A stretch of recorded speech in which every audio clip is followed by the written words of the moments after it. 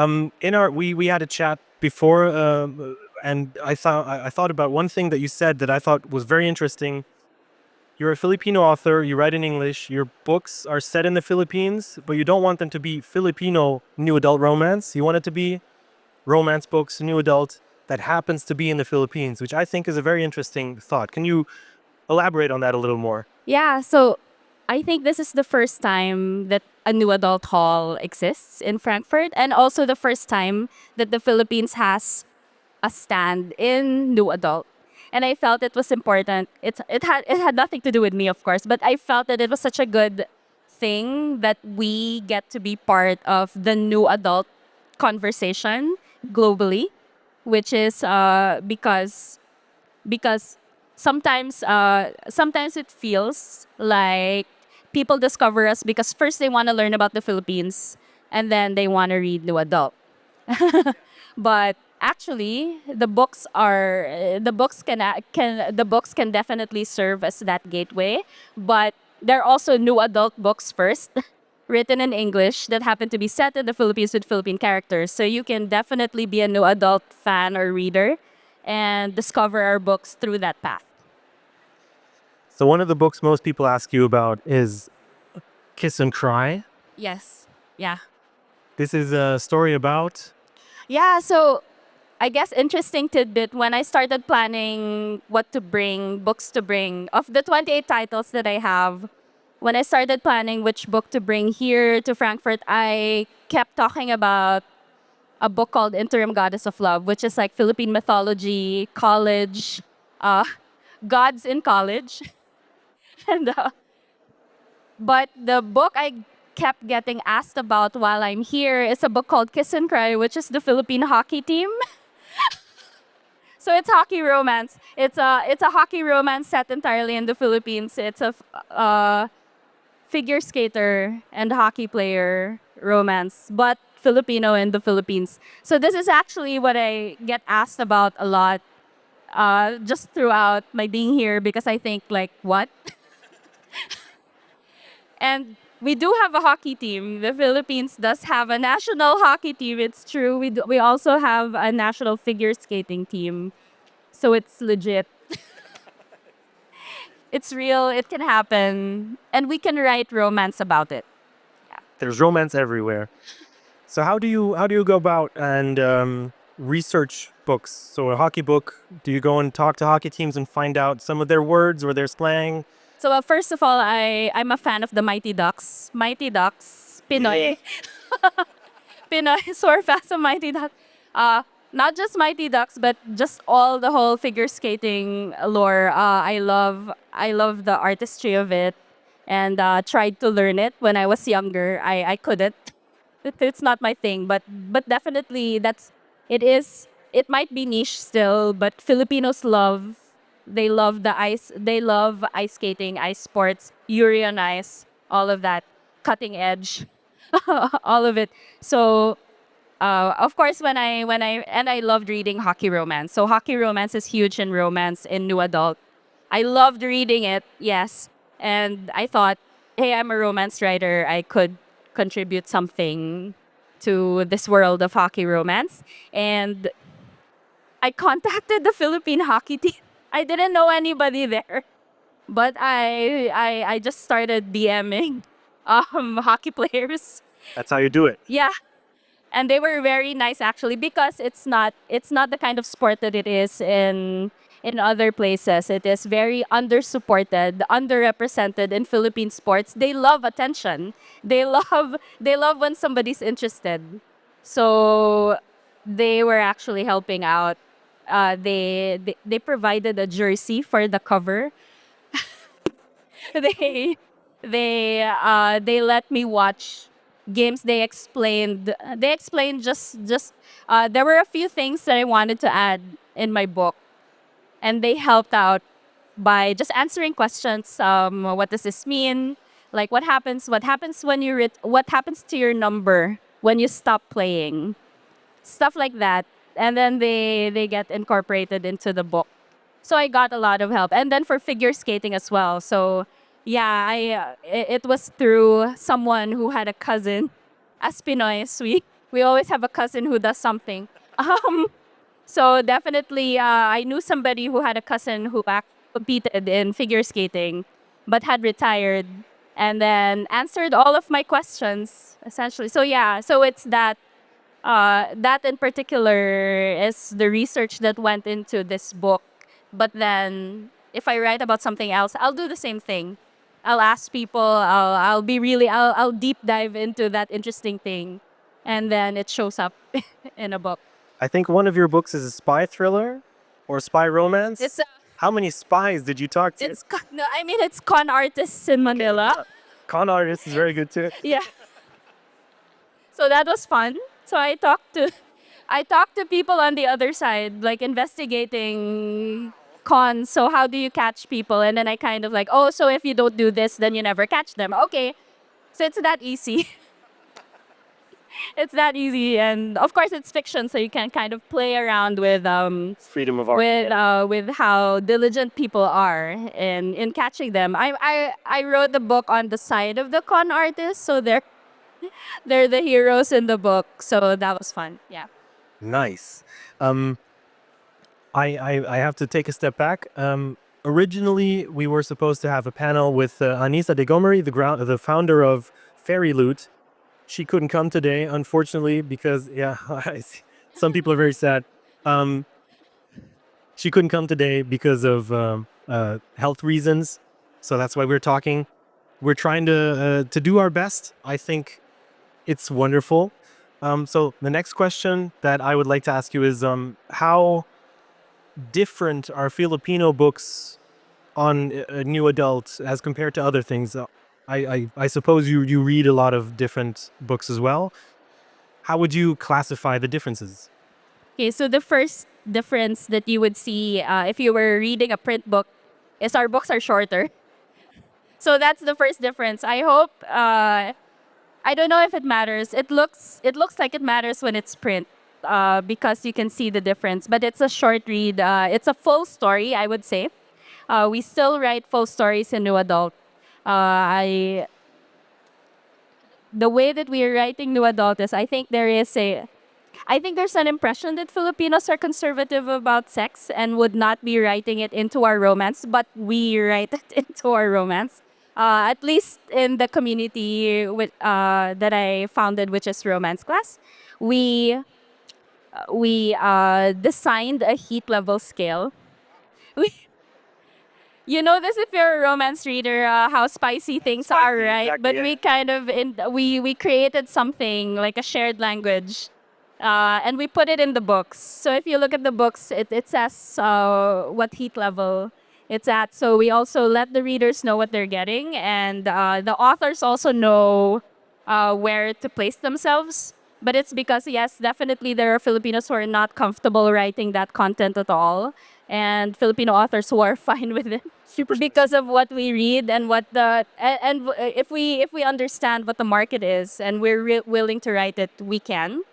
But we didn't want any misconceptions about whatever people had about what we were capable of writing, so we put the scale there so you can tell if this author writes sex or not. Yeah. Yeah. And yeah, so yeah, for new adult, definitely we have that. I don't know if anyone else does that. I think we all assume that new adult would have all the spice. There is a spicy scales. Yeah. Yeah. We have a little pamphlet out in front that also I think they have a spicy scale and how fantasy it is. I'm not sure. So you can all grab one of those and it has a lot of other information about this whole area. But back to you. So Yeah, so we have that, and then I think it's about how a thing that that people might realize when they start reading the adult is how much they learn about the Philippines without meaning to.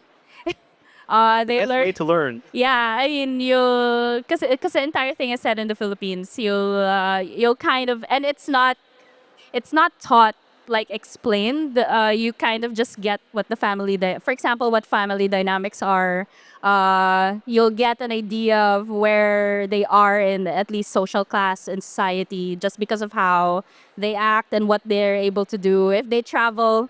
If they go, if it's the kind of, if they're hockey players, you kind of see, you get an education. I think that you wouldn't really get with, and it's inadvertent. It's just through reading something that's set in a different place. Thank you. That's amazing. If you have any questions, if you can think of any questions, or not, if you can think, I'm not begging for questions. I'm sure you have so many questions. We're always happy to take questions. Um, I still have a few questions though. So, so I mean, sex is part of the books. It's called New Adult, not New Teenager or anything. How how do you welcome new readers who might be a little young or a little old? What can you suggest to those people who haven't had a look into New Adult and aren't part of the culture yet? I think actually, if they're, I think even in terms of spice, a lot of the Filipino books are a little on the mild spice scale. So I think somebody starting out reading New Adult and aren't sure yet about how they want to read spice can definitely start with a Filipino authored book because it's gonna be kind of mild. And then they want to, if they want to progress further, then it's their choice. But yeah, I mean, our books again, if they want to consult the scale and they want to see like, okay, I'm just this much, and then they can choose it and read the book. But we have we so the way that I think only fellow Filipinos reading these books would be able to grasp is a lot of the YA that we read from other countries kind of doesn't track with how we experience high school. We everything that's happening, it feels like for us, everything that's happening in these books would be something we would experience a little later in life. Yeah. Just because of where we are, just because of the kind of freedom you get in college, just because of we won't experience that at all. So I think our new adult books are a good starter for somebody who is like leaving teen reading because they'll see, and then what that's part of what we want others to know is that it's okay because we're starting to see support from countries that have the same experience as us. Yeah, that actually it's okay to experience this thing for the first time in new adult age rather than young adult reading age. So there's that. So it's countries in our region. It's countries who just have similar, I guess, experiences in their society. It kind of actually reflects like more than just us. So like I mean that's super interesting to me, and I think again new adult is evolving, and if we have more stories set in more places, we'll get to actually see a lot more of this. Yeah. Yeah, I think the next panel after this one is going to talk about tropes as well. In I think not necessarily just New Adult, but I mean, when you say it's evolving, so new tropes are happening because if you haven't seen it, it's beautiful. We have a wall where people can sign. You can write down. There's a few questions, favorite book, favorite tropes as well. Yeah. Hockey romance is one of the tropes. So it's evolving. How would you say one trope trumps another? Which thing could be more interesting to people? I'm surprised at how enemies to lovers is now a thing. I felt like I was the only one who loved it back then. And then it became a thing. And now everyone loves enemies to lovers, which is great. But I think yeah, that's what's gonna happen. Like the niche trope that we that we love might have its day. What I would love is so another thing I would like to say though is Filipino authors love these tropes and write them as well. So that's another entry point into new adult by Filipino authors. We do write enemies to lovers, friends to lovers, slow burn, only one bed. we grumpy sunshine. We write all of that. So that's another way to kind of get in, and I think enemies to lovers works. Filipino authors are especially inspired by that. Because maybe we have some rage that we want to. That maybe we have some rage. Maybe we want to have the freedom to read someone being just very sure of themselves, very and being aggressive and being okay with it. Yeah, and the book being okay with it. So that's something we're working out, I guess, as a culture. But yeah, that's some tropes are definitely we gravitate toward them, and and I'd love to see more tropes just that we get to do, and have our books be part of the conversation. Absolutely.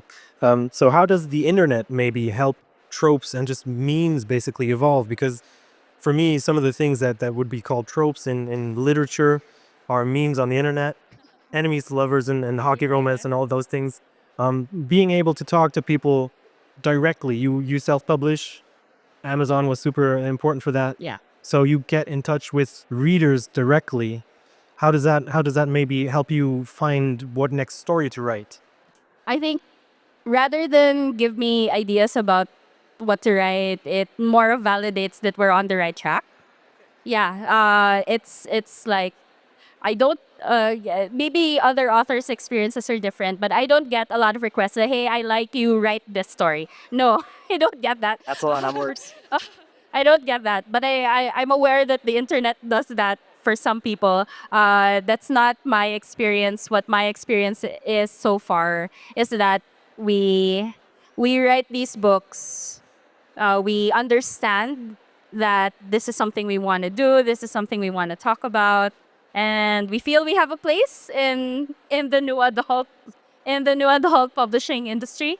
We feel we have a place. We write these books, and when we get feedback from readers, we see who likes the books.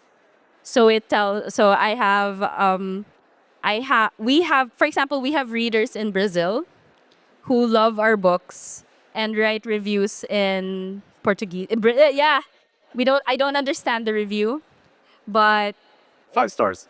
yeah, I don't understand the review, but it seems like they loved it. But I love seeing that because I feel like we should explore that. Definitely. Like, what is it about your experience and ours that resonates? And we should work together and write more of that, or actually collaborate. And I'm going to introduce myself to the Brazil to the Brazil booth. This is a great opportunity to do that. But yeah, stuff like that. So definitely, it's readers, and usually we think that only Filipinos in the diaspora would be interested in our books, but that's not the case. I mean, from my experience, I'm going to tell anybody listening here that it's not the case. Anybody. Anybody interested in the topic and the theme could be interested in a book that we wrote. Oh, that's very important. I mean, give it up. Um, think of questions. We're gonna start going around with the microphone. One more question for you. How do you pick the next book to read? It's mood, but at the same time, I usually have challenges, like a reading challenge for the year. Yeah. So this particular year, I wanted to read more Filipino authors and in other genres. So I'm trying to read more poetry, more nonfiction by Filipino authors. So that's the mission. But I've also had a mission like read all the hockey romances, read all the like Hollywood actor romances. So I have yearly challenges for myself, and that's how I decide what next. So something like this. So I'm so tempted to read beautiful books. So I think the next challenge is like read books that are produced beautifully. So judge the book by the cover. Yeah, or Not in the negative. the paper, the Experience. yes. I think I want to go back to that. I wanna read and experience the book in that way again. I mean, for me personally, as a reader as well, it is a very different thing holding a book as opposed to reading it on a device or maybe even listening to it. I do all three. Yeah. I prefer each for their situation.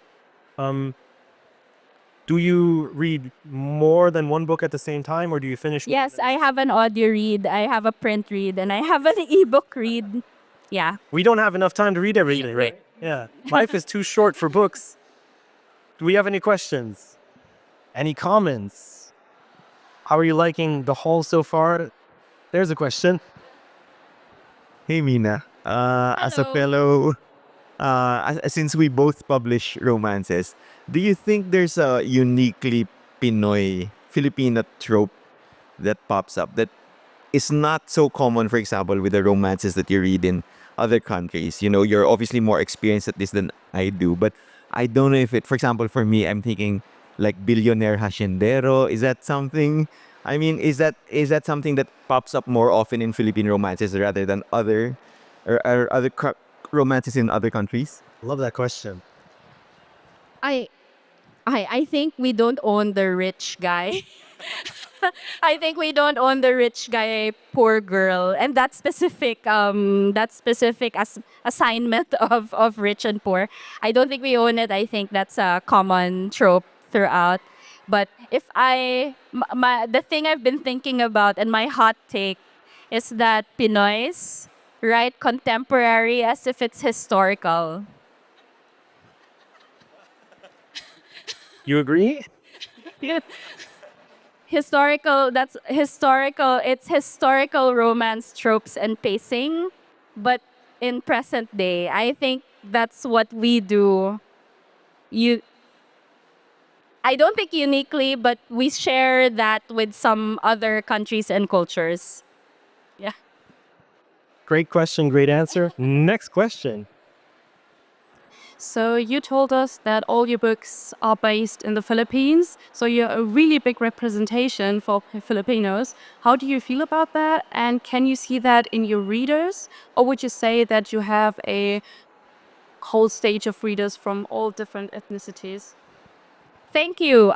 So I was asked, I'm usually asked in an interview, what how do you feel about your books representing Philippine culture, and also what is most Filipino about your book? And I have to answer, my books, first of all, have sex in them,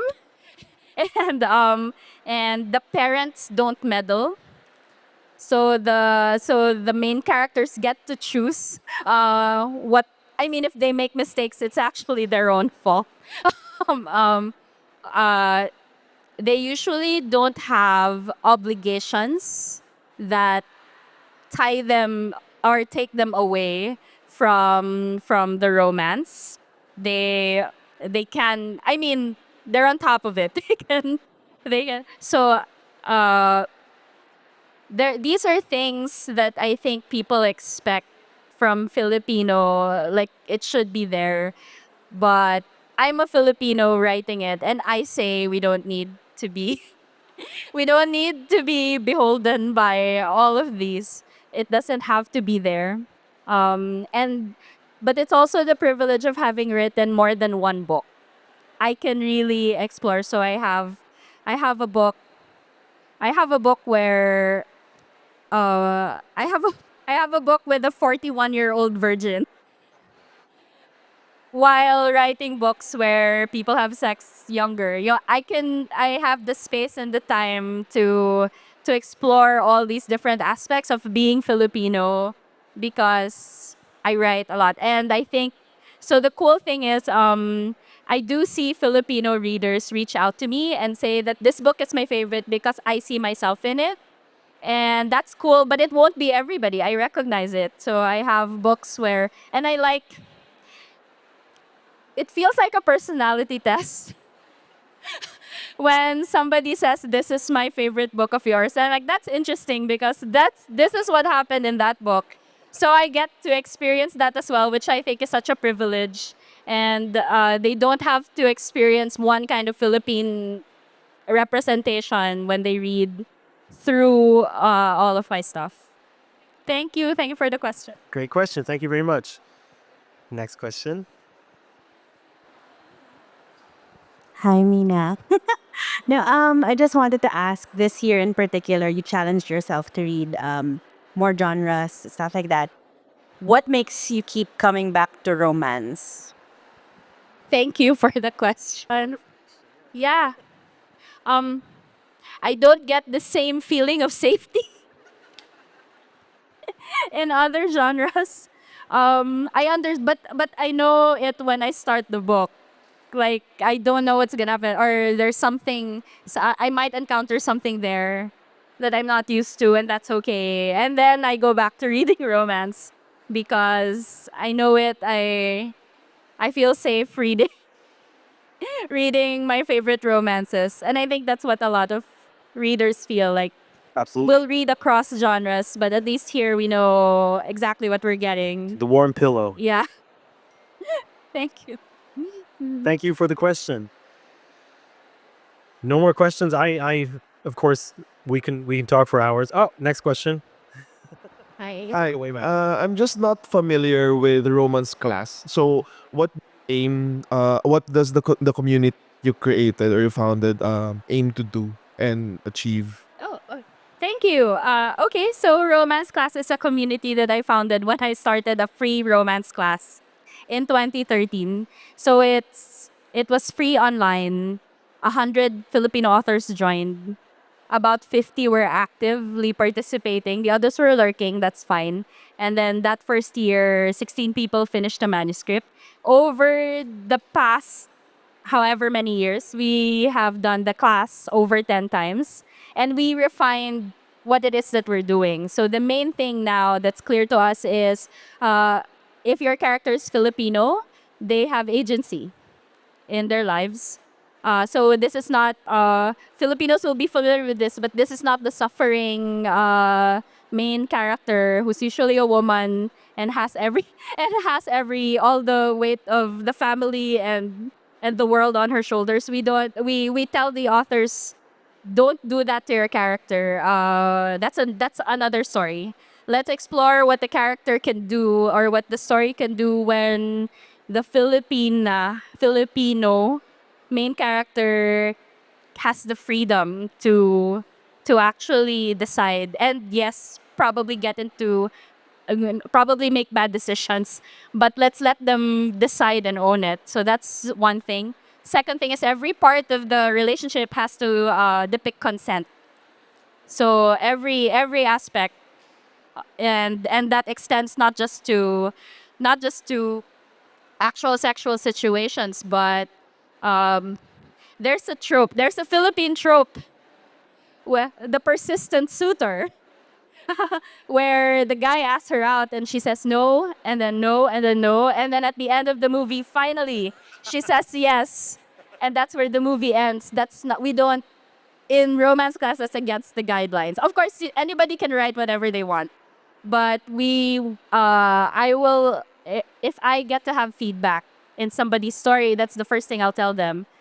If you ask her out, she says yes, and then we explore what happened. What I want to see the story of what happens after they agree mutually to start this relationship. And then the stories, of course, are very interesting because we don't have the predictable back and forth of no, no, no. And then, yes. And then we don't actually see. So in Filipino movies, we don't see what happens after because the final yes is the end of the movie. How important is it for you to have special editions of books, maybe, or We want. buy and sell them? We want. We want. We want to make being here for the past few days. We're making notes. We want, yeah, because we love reading, we love books, we love collecting. We want, so that's another thing I think with new adult in particular. I think even the authors love reading new adult. So we want the experience that we would love as a reader be part of our readers' experience. So definitely we want to do special editions. I would have loved to meet Anissa Exactly. and just pick her brain about the kind of special editions we could do like based on what we write. Yeah, but it's very important. But I also want us to have more audio editions. Yes, we don't have audio editions. Some of the opportunities that I've gotten was through the few audiobooks that I've been able to produce, just because it's an entirely different audience. And yeah, so our LA management deal came to us because of an audiobook that our manager had read, because they don't have time to read. They don't have time to read, but they have time to start an audiobook on a flight, for example. So I think we're losing out on a lot of opportunities because we're not in that space at all. So yeah, that's one thing that we aren't in. Yeah. Audiobook is very important. There was a great panel, unfortunately, yesterday about audio and self-publishing. Chris Kling, you might run into him. They have a stand as well about audiobooks for self-publishers. I think it's Germany specific, but they have a lot of info that might be of interest for you guys too. I'm just looking at my notes. I hid them behind the books. I think we've gone through all of those, but is there anything you want to talk about? You have a platform here. No, I think I've mentioned everything that I care about. Audio, just the country, the Philippines, and what we write. But thank you. I mean, that's it. Thank you so much to everyone attending, and thank you for giving us a platform to just be introduced to new adult readers. Thank you. Thank you for coming. Definitely check out G14 and sign the wall, please. Make it more beautiful. It is already very beautiful, and we want you all to scribble something. We're a little early, but that's thank you. Thank you. Thank you, Mino.